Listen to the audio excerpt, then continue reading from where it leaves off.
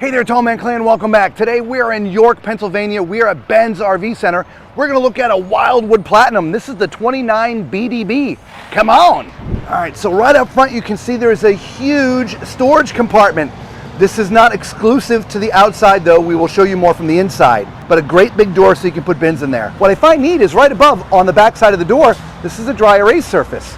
So if you like to take notes and things to make sure you don't forget anything, that's a great place to do it. If you look up, there's an awning that covers about, I'd say 75% of the side. And of course, it covers the main area, which would be the door and where you're cooking on the outdoor kitchen and your entertaining area.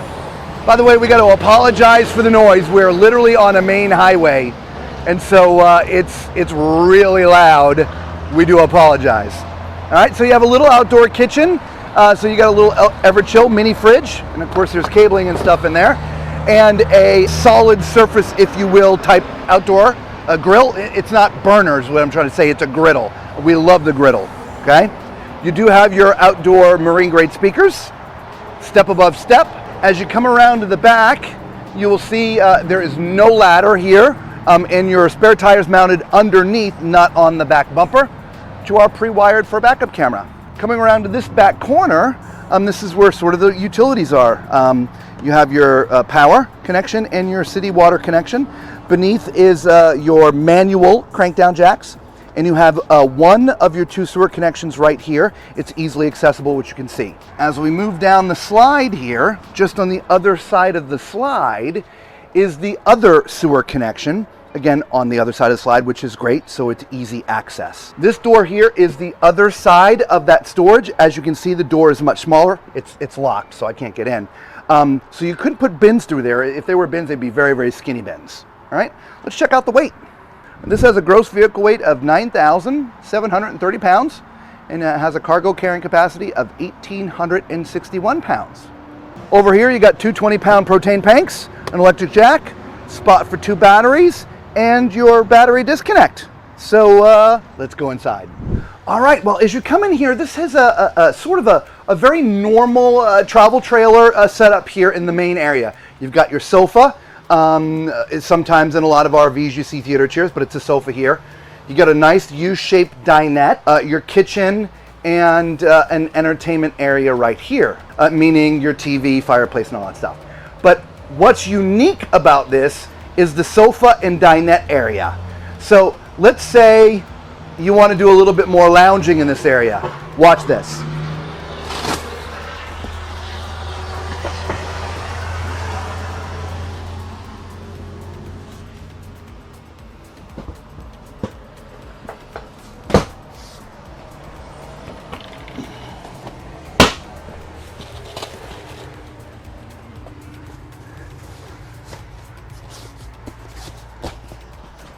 Now look at that. You've got a chaise lounge. Look, right? Isn't that cool? All in one piece. So it just sort of adapts like that, which is kind of nice. Underneath here, as you saw, well, maybe you didn't see it because we sped it up. Huge storage and bins that are already provided. And it's really deep storage, guys. There's also storage underneath the dinette, which has bins in here as well. Okay. Right across from the sofa, I didn't want to skip it, but this is, I mentioned your entertainment area. You've got your fireplace, so Lisa can warm her freakishly tiny cold feet. And Furion soundbar, this is where your TV would go. But there's also something else unique about this entertainment area. Just open that, and it is a hidden pantry or hidden storage. Okay, in the kitchen, we're having to augment a little bit. We've only got one microphone today, so I'm gonna do the kitchen for you guys. So you've got yourself a 50-50 sink with the lowered middle part so you can put your big pans in there. Nice faucet, right, that you can get the little spray nozzle on there that you can pull down. Little drying rack, okay? It is not solid surface countertops, it's the standard RV type countertops. You got a 3-burner stove, okay? Above that, a little microwave and a 12-volt Furion refrigerator. Okay? From a cabinetry standpoint, I'm not going to lie, the one that's above the sink is a little bit shallow. Okay? These are pretty deep. All right? And then there's a couple down here, which is pretty decent space down there. Nice for a garbage can. but I'd probably put the garbage can right here, okay? And then here's your drawers over here. So this is where you put all your utensils or whatever. And again, I mentioned the 12-volt refrigerator, but we opened this stuff for you so you can see. All right. So to the back, this is another unique feature of this model. Look at this. You know what time it is. It's time for Tom's Toilet Test. If you are joining our channel for the very first time, I am 6'4", so use my height as reference as we're walking around the RV. This model is a bath and a half. So here's the half bath. It's in the back of the RV, and as you can see from my feet position, there are no problems if you're tall like I am. Okay, just to my left, a nice vanity, lots of countertop space. Okay, there's no cabinet to the left, but there is some storage space down below, and you do have a medicine chest, and you can see your entire self in there, which is nice. I'll open that up for you guys. It's a little thin, but most pill bottles are about that thin anyway. Remember, this is a half bath. Just outside the half bath is, I'm assuming they're meaning this to be maybe like a little office area or something, right? Because it's a little desk, right, Lisa? Yeah. I mean, you might be able to put a printer up there or something, but it's so tall, you'd have a hard time sitting at like a desk chair. You'd almost need a stool, which might just fit there just fine. Like one of those. You know, I bet you're right. The kitchen stools, yeah. Yeah, like, or one of those collapsible ones like you can get from Walmart or something, Yeah. right? Yeah. Okay. Then up above, you've got a little cabin up there too. Okay. Nice. Yeah. I didn't want to skip it over, but it's got, there's bins kind of everywhere in here, and they've put the bins. It's all included, right? And over to the left of all of this is two bunks. They got the little teddy bear, and they're not all that comfortable. So if you got a full time, you're going to want to replace those. But for the weekend or even a week, you could rough it. And there's a similar bunk down here. There are USB charging ports and lights in each of the bunks. So let's not forget that. So you can see there, both have that set up. Okay, and there's the top one. Beneath is a little bit of storage as well, and that goes all the way back there. In fact, look at this.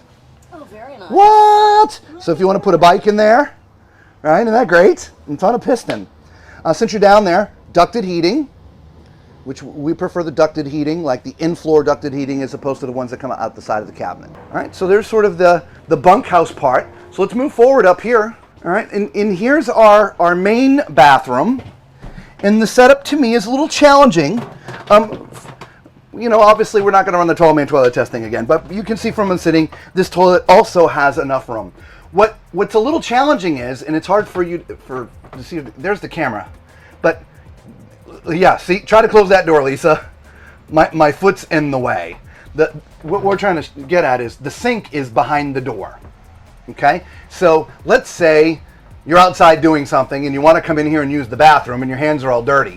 Well, one, you got to open the door, but then when you come in, you got to sort of sit on the toilet or crawl into the shower to shut the door to get to the sink. Now, of course, there's the kitchen sink and the half bath sink, so that kind of rules that out in this particular model. But it's a little challenging. I guess I'm going to have to take that back because I have to close you out. So this is the same sink that is in the half bath. As you can see, there is no door storage, but a little storage underneath. So again, you can put a bin under there or something. The medicine cabinet is just like the other one that we showed you. It's pretty skinny, but it is tall. So if you're tall like I am, hey everybody. And over here, there is a little bit of storage. I think it'd be a little bit tough to put towels in there, but nonetheless, a little bit of storage. So let's climb in that shower and see how this is. It's sort of a hybrid door, right? Because the top of this is curved and the bottom is straight. So it's not a normal fabric. It's more like a rubbery kind of surface. But what it does is it gives at least a tall person like me a little bit more elbow room up top because of the curve. All right, from my height, as you can see, my head is up in the bubble, right? I can't, I'd hit my head here. And above my head, and about that much space, 4 inches. So if you're 6'7", that's max height and you're touching the bubble. Other than that, you got one shelf that's right here. Personally, I'd rather see the corner shelves because again, it's right where my arms are. It's a little constricting for someone my size. Again, I'm a big person. If you're a smaller person, this isn't going to bother you. But as a big guy, it's going to be a little bit tight. All right, so getting into the master. It is a little bit tight up here. Okay, Lisa is right. So this is an RV King mattress. It is 66 by 78. Okay, so any mattress you want to have to put in here, it's going to have to be custom. All right, and the reason why I point that out is if you wanted to go residential size queen, 60 by 80, obviously the 60 is fine, but the 80, you're not going to be able to get through here.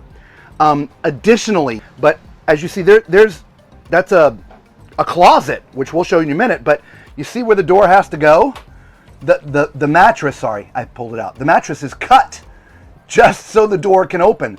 So if you get a residential size mattress in here, you're not going to be able to get access without lifting that mattress to get to this closet. Interestingly enough, if they thought ahead, they could have done some prep in here, and you could have done a stackable washer and dryer in there. Yeah. Maybe you can.